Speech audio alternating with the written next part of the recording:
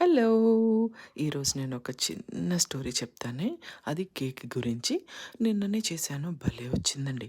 అయితే దానికి నేను గిన్నె తెచ్చుకున్నాను ఇండియా నుంచి. దానికొక చిన్న ప్లేట్ కూడా ఇచ్చారు మరి ఇసుక వేసుకోవడానికి. నాకేమో ఇసుక దొరకలేదాయె.